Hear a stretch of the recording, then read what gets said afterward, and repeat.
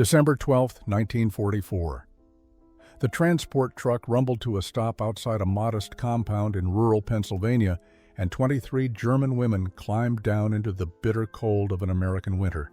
They had been traveling for 3 days since their arrival at the port in New York, each mile carrying them further from everything they had ever known. Liesl Brandt was the first to step onto frozen ground, her legs unsteady after hours of confinement. At 22 years old, she had served as a communications specialist in occupied France until Allied forces overran her position in October. Now she stood in enemy territory, waiting to discover what fate awaited German prisoners in American hands. The other women gathered around her in the fading afternoon light. Greta Volkmann, a medical auxiliary from Bremen, kept her face carefully neutral despite the fear Liesl could see in her eyes. 20-year-old Anneliese Schroeder clutched her thin coat against the wind, her administrative training providing no preparation for this moment. Hildegard Meyer, the oldest among them at 28, maintained the rigid posture of a radio operator even in defeat. Captain Eleanor Wickham emerged from the camp's main building, her uniform crisp despite the late hour. She studied the new arrivals with an expression Liesl couldn't quite read. Not hatred, which they had expected. Not contempt, which they had been taught to anticipate. Something closer to measured assessment, as if she were evaluating complicated problems rather than enemy prisoners. "Follow Sergeant Martinez," Captain Wickham said in clear English that Waltraud Becker, their translator, quickly rendered into German. "You will be processed, assigned quarters, and then brought to the mess hall." Liesl expected processing to be harsh, humiliating, a deliberate stripping away of dignity as punishment for their nation's sins. Instead, Sergeant Rosa Martinez, a dark-haired woman with a Texas accent Waltraud struggled to interpret, treated them with efficient professionalism. Fingerprints were taken, forms were filled, medical examinations were conducted with curtains drawn for privacy. No one shouted, no one struck them, no one seemed interested in revenge. But it was what happened in the mess hall that would forever divide Liesl's life into before and after. Private Thomas O'Brien, a young man with red hair and an easy smile, stood behind a serving counter laden with metal pots. The aroma that filled the room made Liesl's knees weaken. She couldn't remember the last time she had smelled food that rich, that abundant, that real. The women formed a line, confusion evident on every face. O'Brien ladled thick red soup into bowls, placed crackers on plates, added chunks of bread that still steamed from the oven. He poured milk into glasses without measuring, without rationing, without the careful calculation that had governed every meal in Germany for the past 2 years. Liesl accepted her tray with trembling hands. She stared at the bowl of tomato soup, at the stack of saltine crackers, at the bread and butter and milk. "This is your dinner," Corporal David Stein explained through Waltraud. "There's more if you want seconds." Liesl looked at Greta, at Anneliese, at Hilda. In each face she saw the same incomprehension. To understand why a simple bowl of tomato soup could shatter a worldview, one must understand what hunger had become in wartime Germany.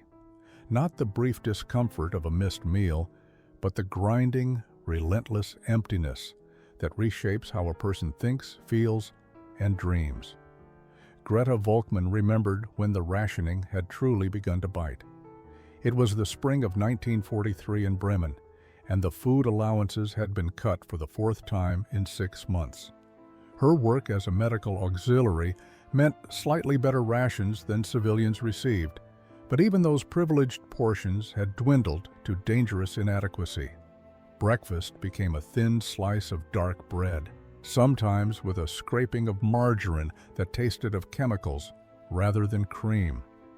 Lunch was watery soup made from turnips and potatoes, stretched to feed twice as many people as the ingredients could reasonably sustain. Dinner offered more bread, perhaps a small portion of ersatz sausage that contained more filler than meat. Greta had watched patients in her hospital ward grow weaker, not from their injuries, but from insufficient nutrition to heal. She had seen children with swollen bellies and hollow eyes, their bodies consuming themselves in the absence of adequate food. She had felt her own strength diminishing, her monthly cycles becoming irregular, her hair growing brittle and thin. Hildegard Meyer's experience in Lübeck had been similar, but marked by different deprivations. As a radio operator, she worked long shifts monitoring communications, her concentration faltering as her body demanded fuel it no longer received. She remembered the desperate creativity of German housewives trying to make meals from nothing. Acorn coffee that tasted of bitterness and disappointment, soup made from nettles gathered in abandoned lots, bread that incorporated sawdust to stretch the flour rations further. Her mother had written letters describing the black market, where a single egg could cost a week's wages, where sugar had become more valuable than silver. By the time Hilda was sent to France in the summer of 1944, she weighed 15 kilograms less than she had 2 years earlier. Her uniform hung loose on her frame, and she had learned to ignore the constant gnawing in her stomach that had become as familiar as breathing. Liesel's memories of Hamburg painted an even grimmer picture. The bombing raids had destroyed not just buildings, but the entire infrastructure of food distribution. Warehouses burned, taking precious stores with them. Rail lines were cratered, preventing supplies from reaching the city. The port, once a gateway for imported goods, became a landscape of twisted metal and sunken ships. She remembered standing in queue for 4 hours to receive a ration of potatoes, only to discover that half of them were rotten. She remembered her younger sister crying, not from fear of the air raids, but from the pain of an empty belly. She remembered her mother's face growing gaunt and gray, aging a decade in a single year, as she sacrificed her own portions so her children might eat. The capture had come suddenly for most of them, though by October of 1944, the outcome of the war had become grimly apparent even to the most devoted believers in German victory. Anneliese Schroeder had been working in a communications outpost near the French-Belgian border when American forces broke through the defensive lines. She was 20 years old and had never fired a weapon in her life. Her administrative training had prepared her to file reports and manage records, not to face combat. The Wehrmacht soldiers stationed at their position had retreated so quickly that the women of the Auxiliary Corps were left behind, forgotten in the chaos of a collapsing front. She remembered the moment American soldiers entered their building, weapons raised, shouting commands in English she couldn't understand. She had raised her hands above her head, certain that this was the end. The propaganda had been explicit about what American soldiers did to German women they captured, but the expected brutality never came. Instead, a female officer arrived and separated the women from the male prisoners. They were searched for weapons, their papers were examined, and then they were loaded onto trucks with an efficiency that seemed almost bureaucratic in its lack of violence. The journey across France to the port had taken 2 weeks. Irmgard Peterson, who had served as a supply clerk in occupied territory, remembered the strange silence among the women during those days. They had expected abuse, expected retaliation for what Germany had done to occupied territories. Instead, they received basic rations, access to sanitation facilities, and medical care for those who were injured or ill.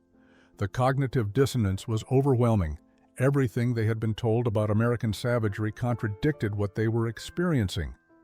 Either the propaganda had been lies, which meant questioning everything else they had been taught, or this unexpected kindness was itself a form of psychological warfare designed to weaken their resolve. Most of the women chose to believe the latter because the alternative was too destabilizing to contemplate. The Atlantic crossing had been Waltraud Becker's personal nightmare. She had never been on a ship before, and the converted cargo vessel that carried them to America offered none of the comforts of passenger travel.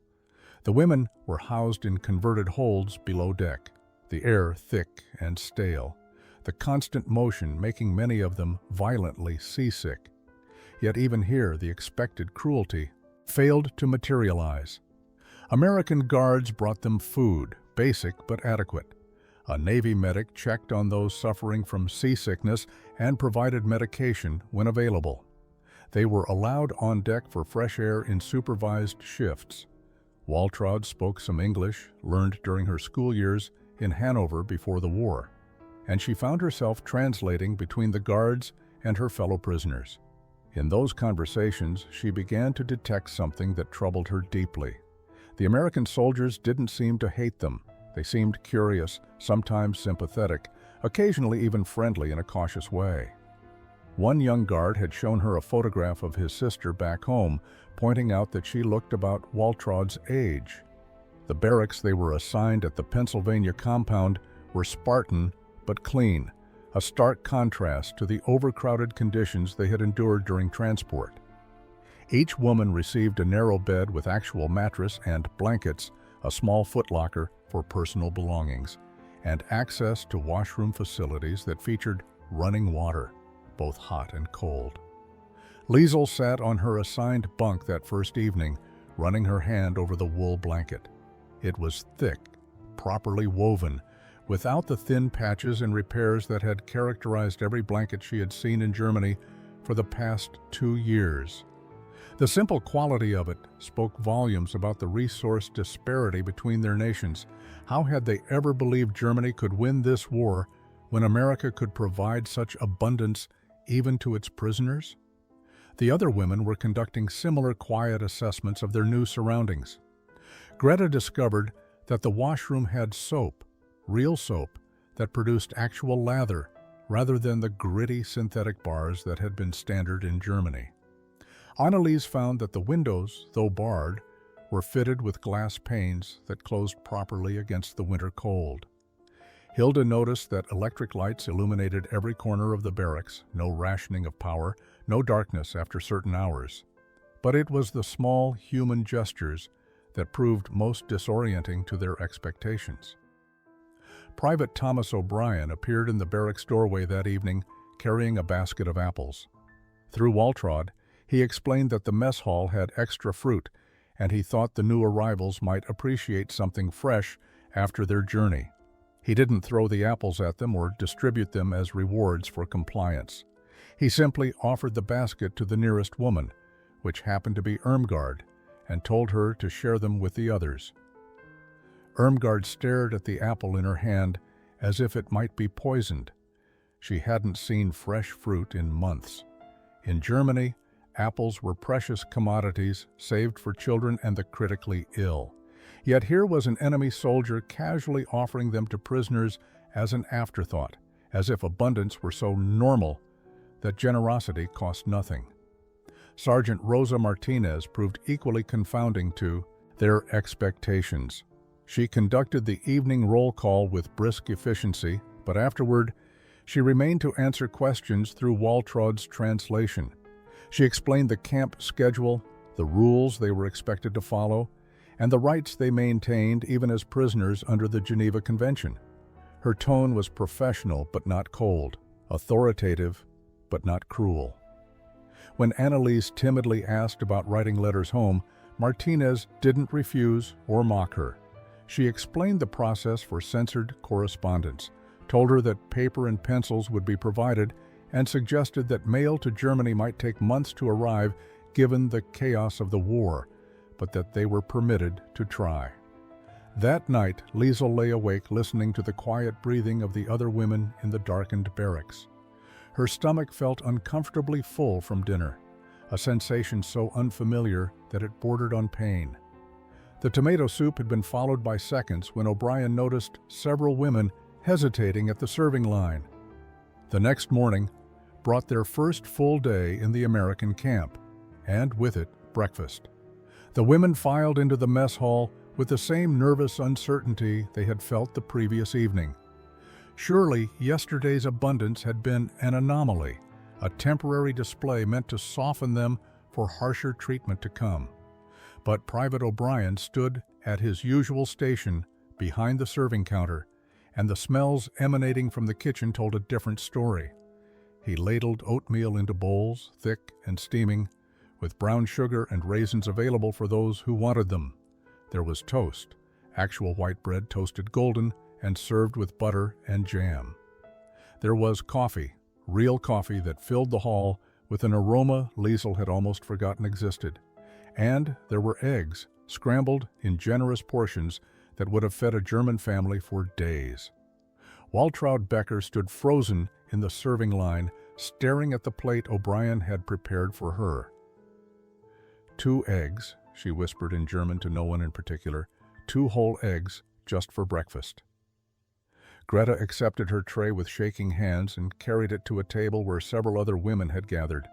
They sat in silence, looking at their food with expressions that ranged from disbelief to something approaching grief. The abundance before them made visceral the deprivation they had endured, the lies they had been told, the sacrifice that had been demanded of them while their leaders had hoarded resources. Hilda was the first to speak, her voice barely audible. In Lübeck, my mother's ration was 1 egg per month. 1 egg for 30 days. She gestured at her plate. This is 2 months of eggs given to a prisoner for a single breakfast. The implications of this realization rippled through the group. Irmgard put down her fork, unable to eat despite her hunger. If they feed their prisoners like this, she said slowly, how must their own people eat? What kind of nation has so much that they can afford? To be generous to their enemies? It was Liesel who finally articulated what they were all thinking. We were told America was weak, that they were soft and spoiled, that they would collapse under pressure. But you cannot be weak and feed your prisoners better than your own nation feeds its soldiers. You cannot be soft and win a war against the entire German military machine. We were lied to about everything. The weight of that realization settled over the table like a physical presence. These were not stupid women. They were educated, trained, capable of critical thinking, yet they had believed what they were told because questioning felt like betrayal, because doubt seemed unpatriotic, because the alternative required admitting that everything they had sacrificed had been for a cause built on deception. Over the following days, meals became the focal point around which their transformation began to crystallize. It wasn't just the quantity of food, though that alone was staggering. It was the quality, the variety, the casual way it was offered without ceremony or condescension. Lunch brought sandwiches made with real meat, not the ersatz products that had become standard in Germany. By the end of their first week, a subtle shift had occurred in the mess hall dynamics. The German women no longer ate in rigid silence, heads down, focused solely on their plates. Conversations had begun to emerge, hesitant at first, then gradually more animated. They discussed the unfamiliar foods they encountered, shared memories of meals from before the war, and began to process their complicated feelings about their current situation. Captain Eleanor Wickham observed these changes from her position near the officers' table. She had commanded this facility for 8 months, overseeing various groups of prisoners, but never had she encountered women quite like these. They were not hardened soldiers or committed ideologues. They were young women who had been swept up in circumstances beyond their control and who were now grappling with the dissonance between what they had believed and what they were experiencing. She made a decision that would prove pivotal. Instead of maintaining strict separation between guards and prisoners during meals, she instructed her staff to engage in limited, supervised interaction. The goal was not friendship, but rather the kind of basic human acknowledgement that reminded everyone involved that they were dealing with people, not abstractions. Corporal David Stein embraced this directive with particular intensity. As a Jewish American whose grandparents had fled pogroms in Eastern Europe, he carried complicated feelings about German prisoners, yet he also understood something that hatred alone could never teach. These women had been shaped by propaganda just as surely as his own community had been shaped by their history of persecution. Breaking that conditioning required exposure to alternative truths. He began sitting at tables with the German prisoners during his own meal breaks, using Waltraud as a translator when needed. His conversations were carefully neutral, avoiding politics and war. Instead, he talked about ordinary things: his family's delicatessen in Brooklyn, the Dodgers baseball team, the difference between New York and Pennsylvania winters, These mundane topics accomplished what interrogation never could. They reminded the German women that Americans were not monsters, but people who cared about baseball and complained about weather and missed their families. Private O'Brien took a different approach. He began explaining American foods as he served them, teaching the women the English words for what they were eating.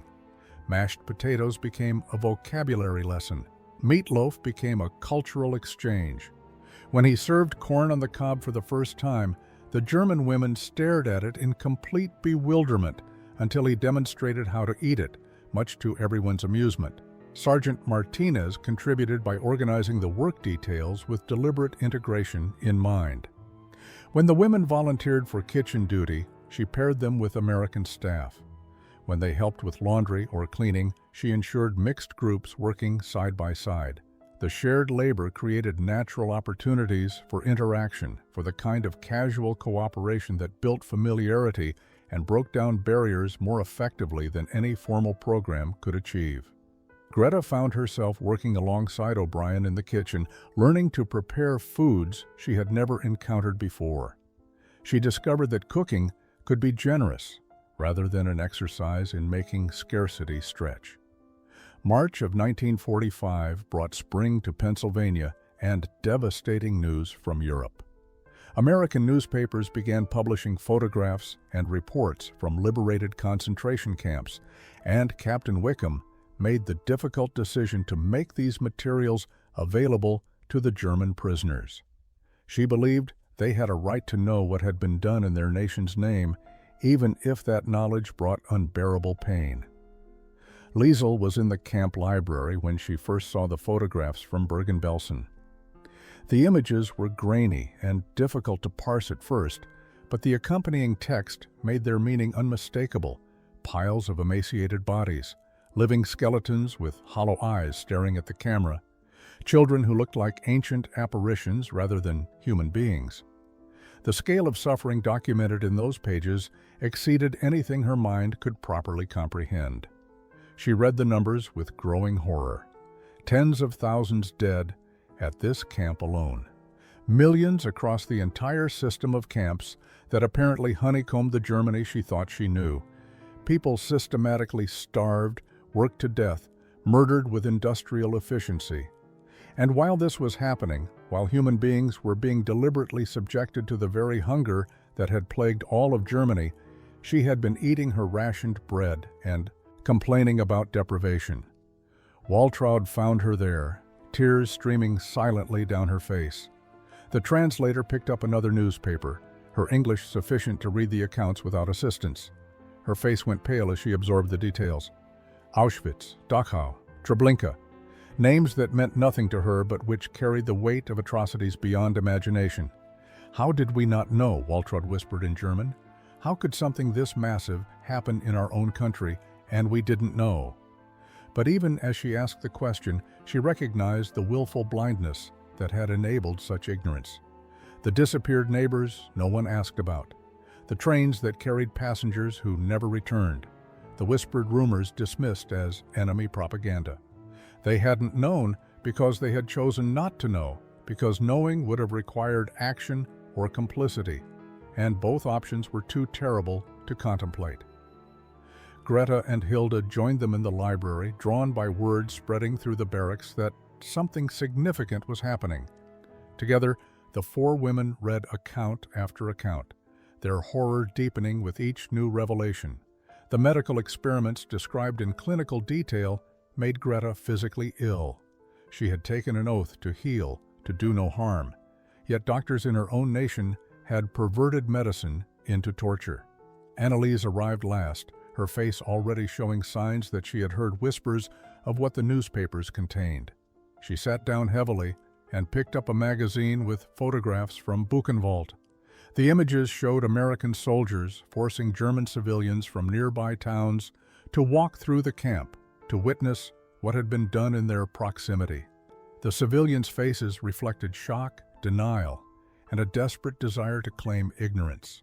"We are those civilians," Anneliese said quietly. "We are the people who didn't ask questions, who accepted what we were told, who believed that our suffering justified anything our government did.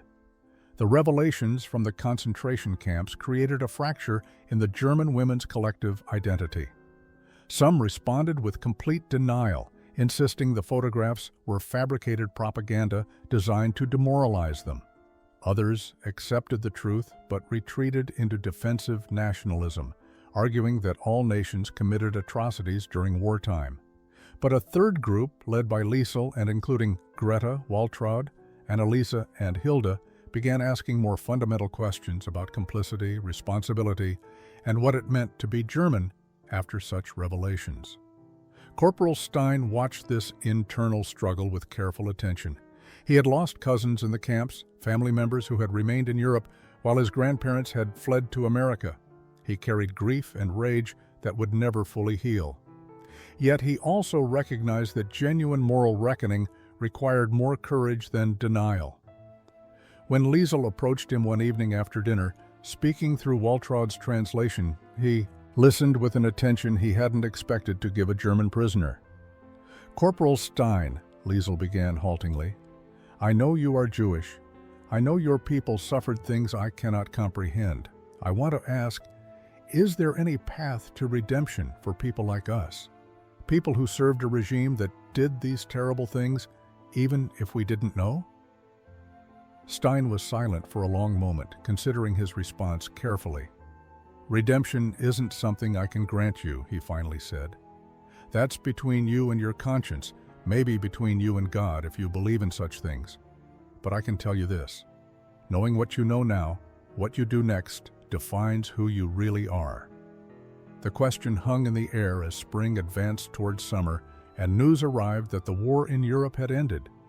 Victory in Europe Day brought celebrations across America, but in the Pennsylvania camp, it brought uncertainty.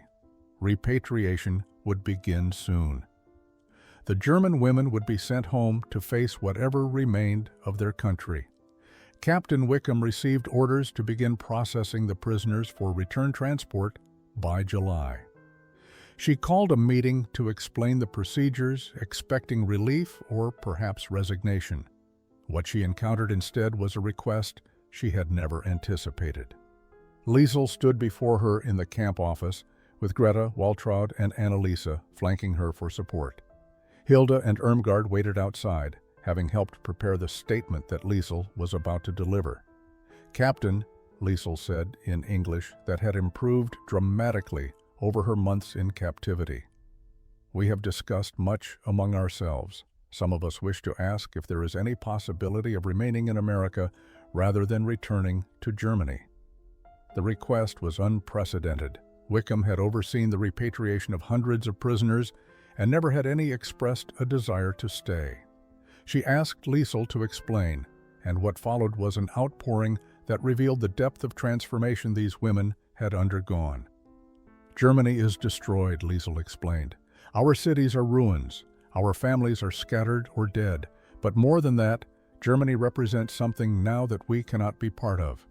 We served a regime that committed unspeakable crimes." Captain Wickham spent 3 weeks navigating bureaucratic channels in Washington, explaining the unprecedented request from 6 German prisoners who wished to remain in America rather than accept repatriation. The response came in early June, carefully worded and laden with conditions. The women could not remain as prisoners of war, as the Geneva Convention mandated their return. However, they could apply for displaced person status if they could secure American sponsors willing to vouch for their character and provide housing and employment. The legal pathway existed, but it would require local families willing to take responsibility for former enemy nationals. Wickham called a meeting to explain the situation, expecting disappointment. Instead, she witnessed something that reminded her why she had chosen military service in the first place. Private O'Brien immediately volunteered his family in nearby Harrisburg to sponsor one of the women. His parents owned a bakery and could provide employment. Corporal Stein, despite his personal history and loss, offered to connect Waltraud with his uncle's business in Philadelphia, which needed translators for their European trade operations. Sergeant Martinez knew farming families in Texas who who might sponsor workers. The American staff, who had spent months working alongside these women, had come to see them not as abstractions of enemy nationality, but as individuals deserving of second chances. But the most significant support came from an unexpected source. Mrs. Eleanor Henderson, a school teacher from the nearby town of Gettysburg, had been visiting the camp as part of a church outreach program. She had been teaching English to interested prisoners and had been particularly impressed by Liesel's quick mind and genuine remorse about her nation's actions. Mrs. Henderson appeared at Captain Wickham's office with a formal sponsorship offer for Liesel, including housing with her family and potential employment at the local school teaching German language to students. The decision facing each woman became intensely personal. Liesel, Greta, and Waltraud chose to pursue the sponsorship path, willing to navigate the uncertain process of becoming displaced persons in hopes of building new lives in America. Annalisa, after much agonizing, decided to return to Germany. She had received word through the Red Cross that her mother had survived the war and was living in what would become the British occupation zone. Family obligation pulled stronger than the promise of American abundance. Hilda made a similar choice, though for different reasons. She felt a moral duty to return and help rebuild, to be part of Germany's reckoning with its past, rather than escaping to comfortable exile. Irmgard joined her, believing that redemption required facing the consequences rather than fleeing them. The final dinner together took place on June 28, 1945. Captain Wickham arranged for a special meal, not the usual mess hall fare, but something approaching celebration. Private O'Brien had outdone himself, preparing roasted chicken with vegetables, fresh bread, and for dessert, apple pie that prompted tears from several of the women. They sat together, Germans and Americans, former enemies who had become something more complicated than friends, but less simple than allies. They were people who had shared an extraordinary moment of transformation, who had discovered that humanity could survive even the worst that nations could inflict upon each other. Captain Wickham stood to offer a toast with apple cider, her voice steady but emotional.